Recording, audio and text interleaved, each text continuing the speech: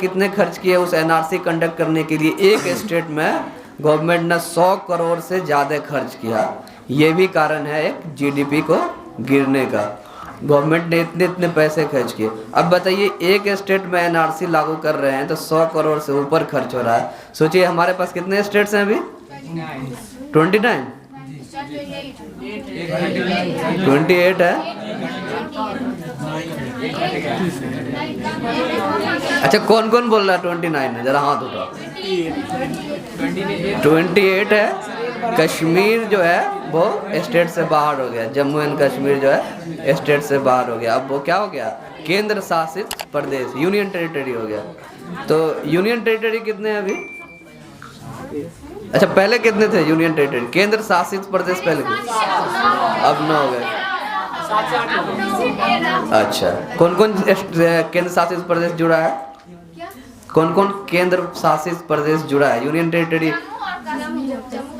नहीं, जम्मू एंड कश्मीर और लद्दाख जुड़ा है। ठीक है, जम्मू कश्मीर एक यूटी है, यानी केंद्र शासित प्रदेश, लद्दाख अलग है। खैर, आते हैं एनआरसी पे। तो एक स्टेट का कंडक्ट करवाने में एनआरसी जो है 100 करोड़ से ऊपर खर्च हुआ। अब 28 स्टेट का आप एनआरसी कंडक्ट करवाएंगे, 9 यूनियन टेरिटरी का करवाएंगे। सोचिए हम लोग कहाँ जाके गिरेंगे।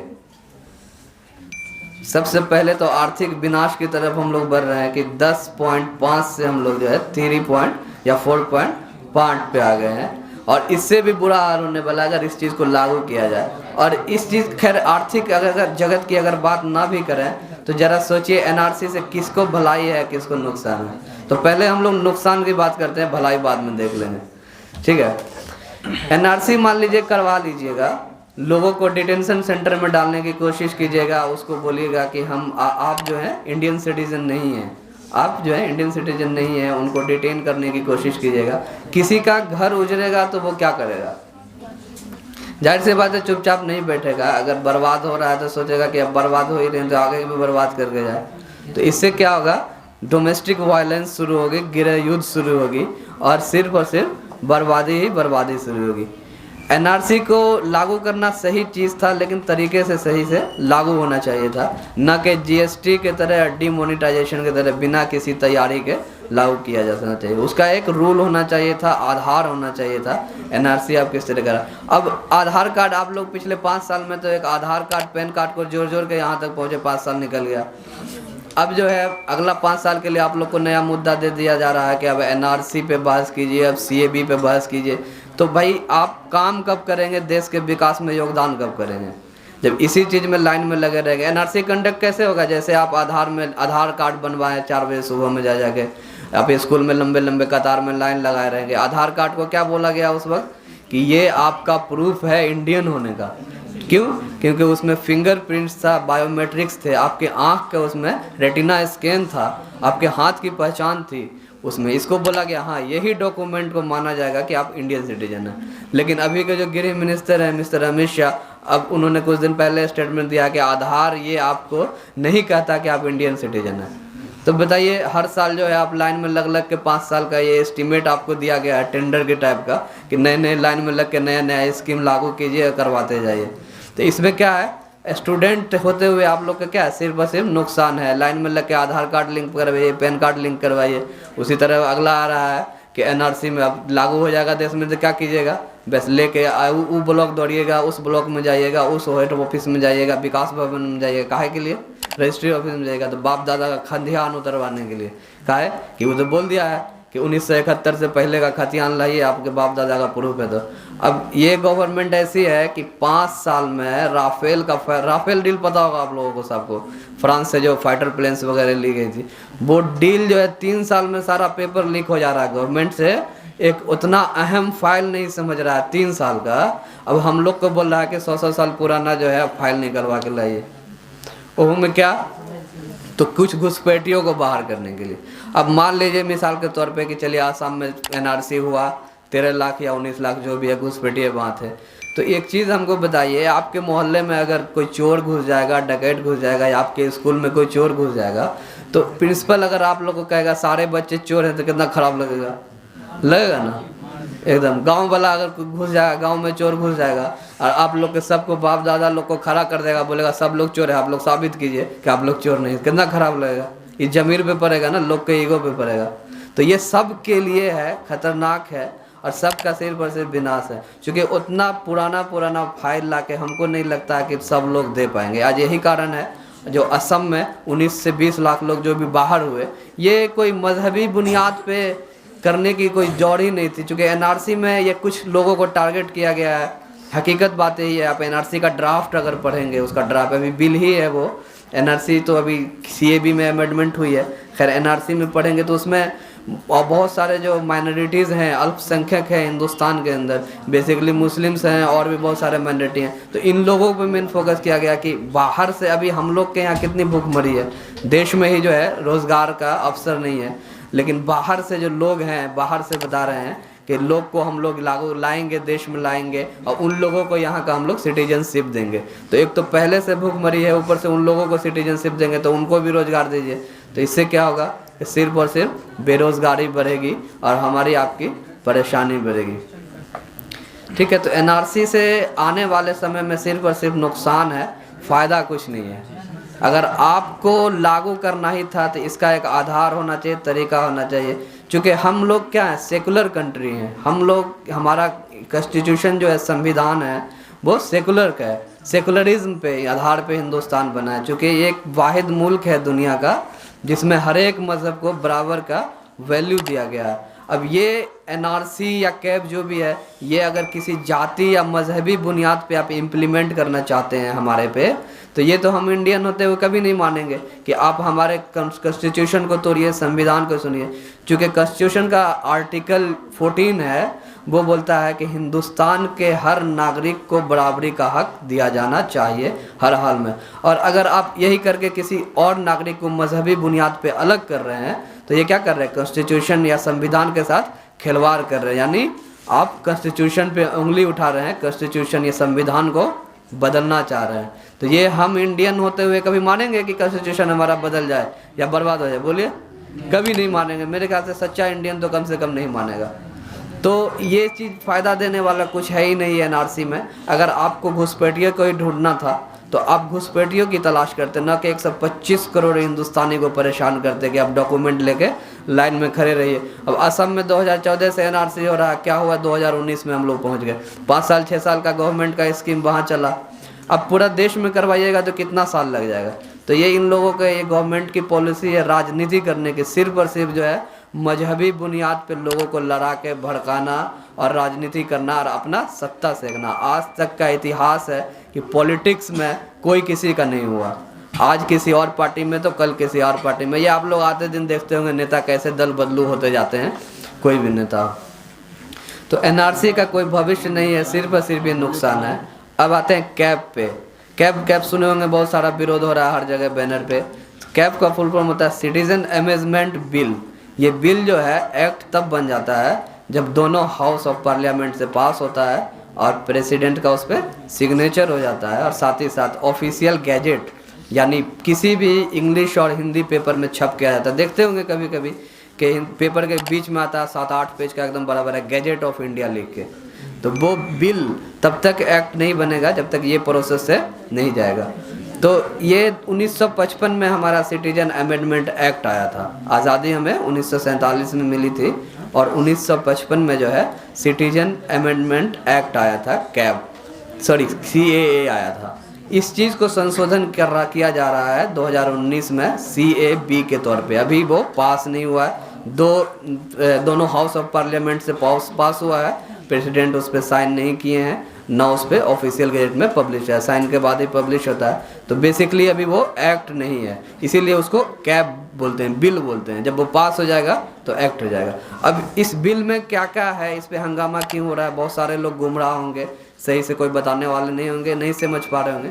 तो थोड़ा सा समझ लेते हैं हम लोग कि सिटीजन अमेंडमेंट बिल पे इतना हंगामा क्यों, आखिर यूनिवर्सिटीज़ से ही आवाज़ क्यों उठी, और वो भी वो यूनिवर्सिटी जो सेंट्रल गवर्नमेंट के अंदर में है। इस चीज़ को समझने की ज़रूरत है। इसमें जो है सिटीजनशिप संशोधन किया गया अमेंडमेंट बिल को, इसमें अमेंडमेंट की गई और इसमें बताया गया कि जो लोग दिसंबर 31 2014 से पहले इंडिया में आ गए, चाहे वो सिख हो, बुद्धिज़्म हो, हिंदू हो, क्रिश्चियन हो, पारसी हो, उन लोगों को जो है हिंदुस्तान का नागरिक माना जाएगा।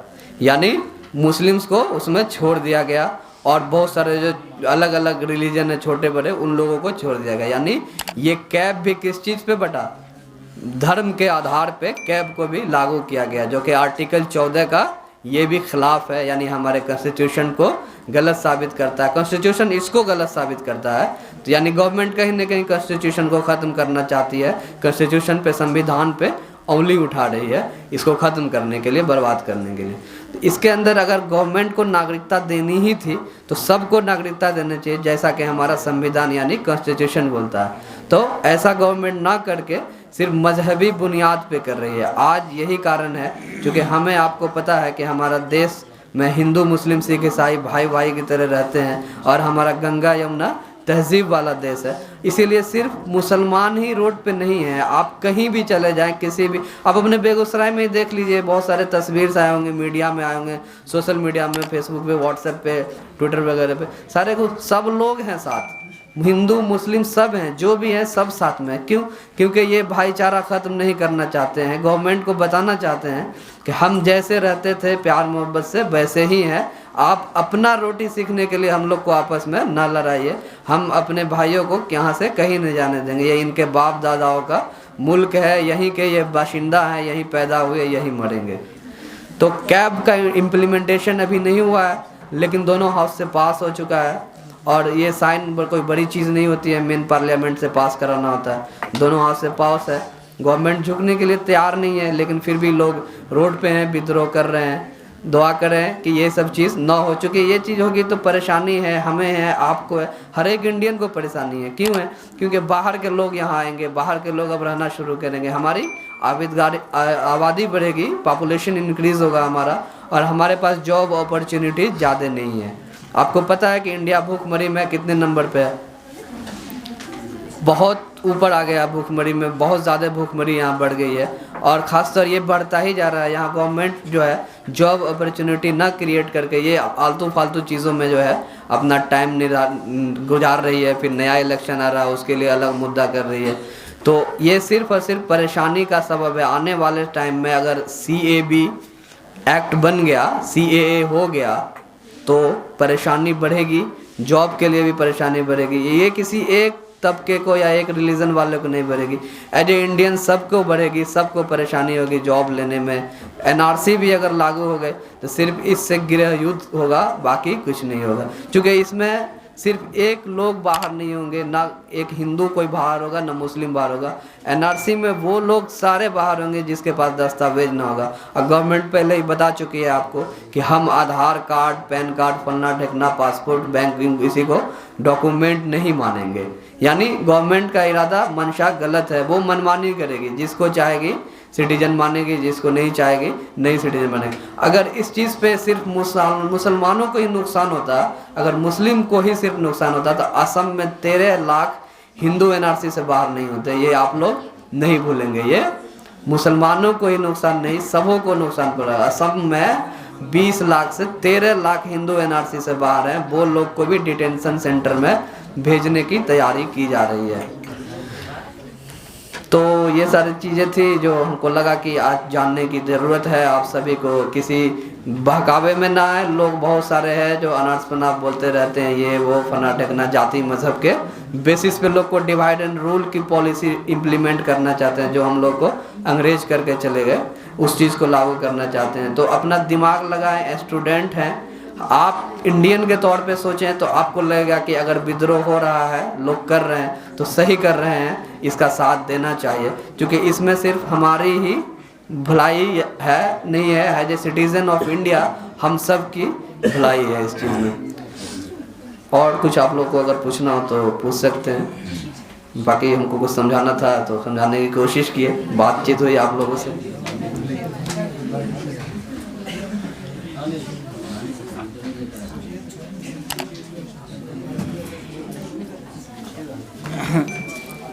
चलिए, इनसे प्राइवेट में अगर किन्हीं को कुछ सवालात करने हो NRC और CAB के मामले में तो आप कर सकते हैं। इस वक्त भी कर सकते हैं, लेकिन अब वक्त की किल्लत के नज़र जो है मैं चाह रहा हूँ कि 2-4 शेर सुनाने के लिए आफ्ताब सल्लल्लाहु को दूँ, इसलिए आइंदा इंशाअल्लाह या फिर इसके बाद इख्तिताम के वक्त में इंशाअल्लाह आप लोगों के सामने कर दिया जाएगा। उसके बाद आप लोग सवालात करेंगे इंशाअल्लाह। ये अभी रहेंगे जब तक इस बच्चे के बाद 2-4 बात मैं ना बोल लूँ तब तक इंशाअल्लाह मैं इनको जाने नहीं दूँगा। ये जाना भी चाहेंगे तो इंशाअल्लाह इनको रोक के रखेंगे। उसके लिए इनको घर तक मुझे खुद सारी ज़रूरतों को छोड़ के बाइक से छोड़ने जाना पड़े, मैं उसके लिए मंजूर करता हूँ। लेकिन ये अभी इंशाअल्लाह कुछ देर और रुकेंगे। आप लोगों के जहन में जो सवालात गर्दिश कर रहे हैं उनका जवाब ये दे के इंशाअल्लाह यहाँ से जाएंगे। माशाअल्लाह बहुत अच्छे तरीक़े से CAB-CA के बारे में बताते हैं। वाकई में आप लोग के जहन में बहुत सारा सवाल उभर रहा होगा, तो कीजिए, क्योंकि वक्त आ गया है। अगर नहीं कीजिएगा ना तो फिर कब कीजिएगा, निकल जाइएगा तब। देखिए, मैं सिर्फ नागरिकता कानून के हवाले से बस 2 मिसरा जो मैं भूल गया था ना, इसीलिए क्योंकि हमारे बड़े नौजवानों के दिल के धड़कन जो बता दिए थोड़ा सा बोझ कम किया है, इसलिए लग रहा है कि आप लोग साथ हैं, है ना। कितने आदमी साथ, हाथ उठा दीजिए। चलिए, बहुत अच्छा।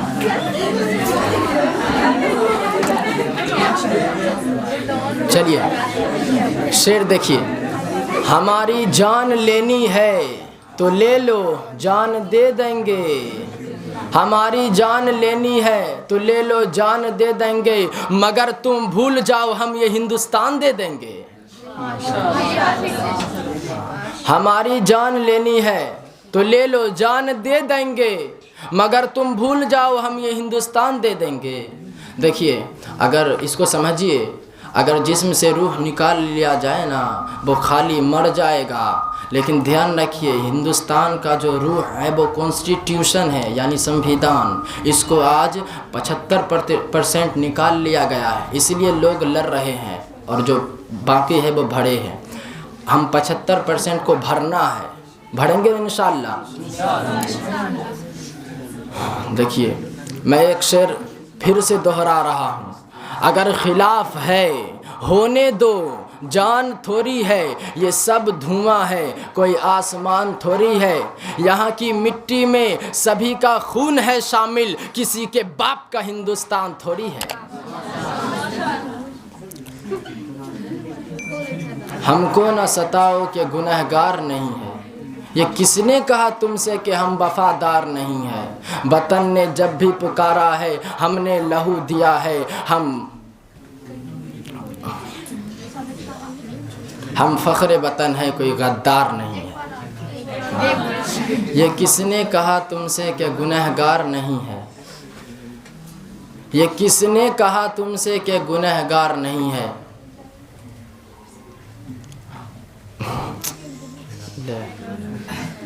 हमको न सताओ कि गुनहगार नहीं है, ये किसने कहा तुमसे कि हम वफादार नहीं हैं। वतन ने जब भी पुकारा है लहू दिया है हमने, हम फ़ख्र वतन है, कोई गद्दार नहीं है।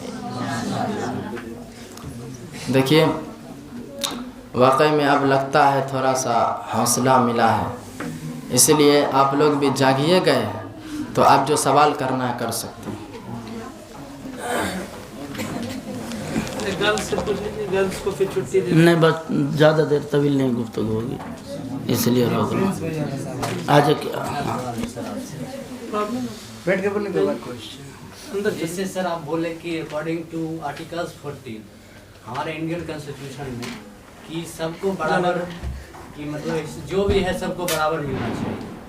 तो सर जो हमारे सोसाइटी में कास्टिज्म होते हैं वो क्यों होते हैं, क्यों होते, ये मेरा एक प्रश्न है। आर्टिकल 13 कॉन्स्टिट्यूशन को अनटचेबिलिटी जो छुआछूत आप बोलना चाह रहे हैं, उसको वायलेट करता है। जो कर रहे हैं छुआछूत वो गलत है, कॉन्स्टिट्यूशन से भी और सामाजिक आधार पे भी। समाज भी इस चीज को नहीं। तो सेकुलर कंट्री जैसे आप बोले कि India is a secular country, तो उसके अकॉर्डिंग तो जैसे कि हमारे सोसाइटी में कास्टिज्म जो अभी ओरिजिनेट हुआ है अभी नहीं, बहुत पुराना बहुत चलता पहले से है, अब है। कम हुआ है। हाँ। तो सर हम ये जानना चाहते हैं कि कहा जाता है कि जो एजुकेटेड आदमी हो तो वो ये सब नहीं मानते, बिल्कुल। लेकिन अभी भी सर जो है हमारे सोसाइटी में बहुत सारा ऐसा जो यहाँ पर रिलेटेड टू कास्ट बहुत सारा यहाँ पर विद्रोह होते रहता बिल्कुल। है, ऐसा क्यों होता है? हाँ बिल्कुल, बहुत अच्छा सवाल किया आप। और हमको कहीं ना कहीं दिल कर रहा था कि कुछ एजुकेशन के इम्पोर्टेंस के बारे में भी हम आपसे बात करें। इस चीज़ को ज़रूरत ये है कि आपने बोला कि पढ़े लिखे लोग, तो सच मायने में वो पढ़े लिखे लोग नहीं हैं। अगर पढ़ लिख के भी जाहिल वाली मतलब बात करते हैं, छोटे सोच वाली बात करते हैं, तो वो पढ़े लिखे नहीं, यानी उनके एजुकेशन ढंग से नहीं हुई। एजुकेशन के मायने क्या है कि पढ़ के सिर्फ पैसा कमाना, ऐसे मायने हैं क्या एजुकेशन? कभी नहीं है। अगर एजुकेशन आपको सही इंसान नहीं बना पाया, ये नहीं समझा पाया कि आपको कहाँ पे किस तरह खड़ा होना चाहिए, कैसे आपको बैठने चाहिए, किससे कब कैसे बात करनी चाहिए, कहाँ पे आपको थूकना चाहिए और कहाँ पे आपको नहीं थूकना चाहिए, तो आप पढ़े लिखे से बेहतर है कि आप जो है अनएजुकेटेड होते, आप पढ़े लिखे नहीं होते, आप जाहिल होते। क्यों? आप पढ़े लिखे हो के किसी चीज़ को गंदा करें, जाहिल उसको साफ करें, आपको अच्छा लगेगा? हमको तो नहीं लगता कोई अगर सही मायने में एजुकेटेड होगा तो उसको अच्छा लगेगा। एजुकेशन एक वैल्यू है जो आप में अगर डेवलप नहीं कर पाया, आप सामाजिक चीज़ से, सामाजिक थिंकिंग, सोशल थिंकिंग आपकी डेवलप नहीं हो पाई, तो इसका मतलब है कि आपका एजुकेशन सही से नहीं हुआ। और ये सारी चीज़ें जो हम आपको बताएं, मिसाल दिए कि आपको बैठने उठने थूकने की तरीका, ये सब क्या सामाजिक चीज़ है। आप कहीं चलते फिरते किसी पे थूक दीजिए, किसी दीवार पे थूक दीजिए, ये समाज भी गलत मानता है और एजुकेशन भी गलत मानता है। एजुकेशन पढ़ाई आपको बताई सिखाई इसलिए जाती है कि आप अपने आप को समाज में ढाल लें, समाज आपसे क्या चाहता है, आपको समाज की कैसी ज़रूरत है, समाज की सेवा कैसे कर सके। एजुकेशन का ये मतलब नहीं है कि आप पढ़ लीजिए, आपके अंदर तहजीब डिसिप्लिन आपके अंदर नहीं आ पाए, पैसा कमाना एजुकेशन नहीं है। क्योंकि आपको पता होगा कि पैसा तो नाला साफ़ करने वाले लोग भी कमाते हैं, झाड़ू लगाने वाले रोड पे वो भी पैसा कमाते हैं, और कहीं ना कहीं किसी पढ़े लोग से अच्छा पैसा कमाते हैं। तो ज़रूरत इस चीज़ को समझनी है कि एजुकेशन का सही मायने है क्या। एजुकेशन पे लोग इतना बल क्यों दे रहे हैं? RT है, राइट टू एजुकेशन एक्ट क्यों लागू की गवर्नमेंट? नेशनल करिकुलम फ्रेमवर्क को बार बार बदला क्यों जाता है कि उसमें नई नई चीज़ें लागू क्यों की जाती है? इस आप समाज से जागरूक होता है, समाज आपसे क्या चाहता है उस तरह का आपको डेवलपमेंट मिले, आपकी थिंकिंग उस तरह की हो, सोच बड़ी होनी चाहिए, छोटी नहीं। ये चीज़ आपने बताया ना, अनटचेबिलिटी यानी छुआछूत वाली, कास्टिज्म को मानने के लिए कि फन्ना कास्ट वाला के साथ हम बैठकर नहीं खाएंगे नहीं पिएंगे, या किसी को चापाकल नहीं इस्तेमाल करने देंगे, अगर कर लिया तो फिर उसको मारेंगे पीटेंगे, उसको धोआएंगे पानी से, किसी मंदिर मस्जिद में नहीं जाने देंगे दूसरे कास्ट वाले को, होता है ना। तो ये ज़रूरत किस चीज़ की है? पढ़ने लिखने की है। अगर सही शिक्षा एजुकेशन तालीम आपको रहेगी तो कभी आप ऐसा, आपका दिल ही गवारा नहीं करेगा, करने की तो दूर की बात, आपका दिल गवारा नहीं करेगा सही मायने में अगर आपका एजुकेशन हुआ है तो। ये सब चीज़ें गुमराह करने वाली चीज़ें हैं जो लोग नहीं समझ पाते हैं। वजह जो भी हो ये तो हम आपको उतनी अच्छी से नहीं बता पाएंगे, लेकिन हाँ एजुकेशन ज़रूरत है, उस एजुकेशन उस शिक्षा को लागू करने की जो एक दूसरे को समझ सके, इंसान को इंसान समझ सके, न कि उसको कास्टिज्म के आधार पे, रिलीजन के आधार पे बांट दे। बहुत अच्छा जवाब है। हाँ सर एक चीज़ आप बता दीजिए, इसमें हम पूरा समझ जाएंगे। ह्यूमैनिटी को आप परिभाषित कर दीजिए। जी, ह्यूमैनिटी, एक्चुअल ह्यूमैनिटी होता क्या है? किसी इंसान को कास्ट देख के, रिलीजन देख के, उसके बुनियादी चीज़ को देख के अगर ह्यूमन मानते हैं तो ये सही ह्यूमैनिटी है क्या? नहीं। कहीं आप जा रहे हैं रोड पे, मान लीजिए आप जा रहे हैं कहीं, आपको कोई जानवर जख्मी दिख गया, आप वहाँ पे उतरे, गाड़ी से थे, साइकिल से थे, पैदल थे, जो भी थे, आपके पास जो भी चीज़ें थी, उसको ब्लीडिंग हो रही थी, खून आ रहा था उसके बॉडी से, आपने कोशिश किया उसको ठीक ठाक करने का, जो भी आपके पास था, रुमाल था, आपके पास कोई चीज़ थी, उसको कोशिश अगल बगल वालों से हेल्प किए, हेल्प लेने की कोशिश किया कि इसको ठीक किया जाए, ये ह्यूमैनिटी है। ये ह्यूमैनिटी नहीं है कि किसी को रोड पे 50 लोग मार रहे हैं, वहाँ पे खड़ा होकर आप वीडियो बनाइए, ये ह्यूमैनिटी नहीं है। तो असल इंसानियत इसी चीज़ का नाम है। रिलीजन, कास्टिज्म ये सब बाद में आता है ना। इंसान को पहचानने की ज़रूरत है आज के इस दौर में, क्योंकि हम लोग मशीन एज में आ गए हैं, ज़्यादातर काम हमारा मशीन करता है। पहले का दौर अलग था, आज का दौर अलग थे। आपके हमारे जो फादर हैं, अभी पूछेंगे उनसे कि 20 साल पहले क्या माहौल था, क्या था, तो बहुत सारी चीज़ ऐसे बताएंगे जो हम आप देखे भी नहीं हो। शायद पता नहीं आप लोग महसूस करते होंगे नहीं करते होंगे। आज से ज़्यादा दिन नहीं, मेरे ख्याल से आज 19 चल रहा है ना, 2005 के आसपास जाइए, 2005 से पहले जाइए, उस वक्त तो बच्चे ही रहे होंगे। तो उस वक्त जाइएगा, देखते होंगे सुबह में आप हम जो है चिड़िया की चहचहाहट से जगते थे। आज आपको चिड़िया नज़र नहीं आता, 2-3 चिड़िया छोड़ के नज़र नहीं आता। क्यों? सब मशीन का प्रभाव है। ये मशीन एज में हम लोग पहुँच गए। इतना खतरनाक रेडिएशन है हमारे आपके पास जो हम आप सोच भी नहीं सकते। ये मोबाइल ही फ़ोन लेके चल रहे हैं, सारा रेडिएशन मार रहा। रेडिएशन उन लोगों को ख़त्म कर दिया जो अपने आप को स्टेबल किया। उसमें ज़्यादातर आपको कौवा, क्रो नज़र आते होंगे, बस क्रो का सिवा बहुत कम पक्षी नज़र आते हैं। एक गौरैया हुआ करती थी छोटी छोटी, वो एकदम से ख़त्म हो गई।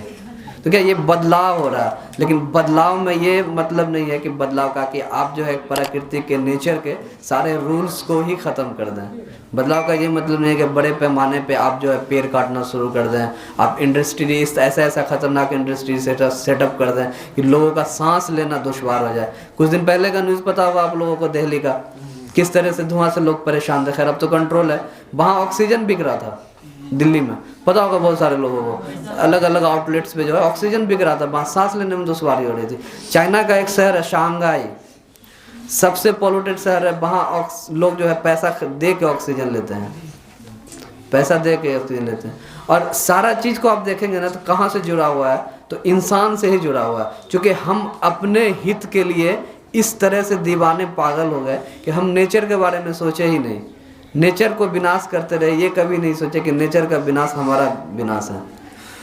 आज हम आप जो है किस तरह से कभी ये नहीं सोचते। देखिए छोटी छोटी चीज़ें बताऊंगा, सब आप लोग उस लाइफ स्टेज से गुजरे होंगे। हम कभी नहीं सोचते कि पानी कहीं बर्बाद हो रहा है। रेलवे स्टेशन पे ही अगर कोई टैप खुला हुआ है तो आप लोग देख के आप देख के अवॉइड कर देते हैं, वो पानी गिर रहा छोड़ो। वो जो होता है फिल करने के लिए रेलवे ट्रैक के बगल में लगा होता है पंप वगैरह, वो सब देखते हुए कभी कभी बह रहा है कंटिन्यूसली, लेकिन हमको आपको फर्क नहीं पड़ता है। क्यों? क्योंकि आप सोचते हैं कि मेरा थोड़े ही जा रहा है, जिसका जा रहा है। तो ये इंसानियत नहीं है ना। थोड़ी दिन अभी पानी की कितनी क्राइसिस आने वाली है। देखो मई जून आएगा फिर क्राइसिस गाड़ी शुरू हो जाएगा। तो इंसानियत तो ये होती है ना कि आप सब कुछ को बचाने की कोशिश करते। ह्यूमैनिटी इसी का नाम है ना कि आप सोचते कि किससे किसको तकलीफ हो रही नहीं हो रही है। असल इंसानियत तो ये इंसानियत कदे ही नहीं है कि आप पढ़ लीजिए और आपके अंदर वो इंसानियत डेवलप नहीं कर पाए वो पढ़ाई कि आप इंसान के जान की वैल्यू न समझें और चौक चौराहे जहीं चाहे 50 की भीड़ में आप किसी को मारने पीटने लगे और वो भी जान से मार दें।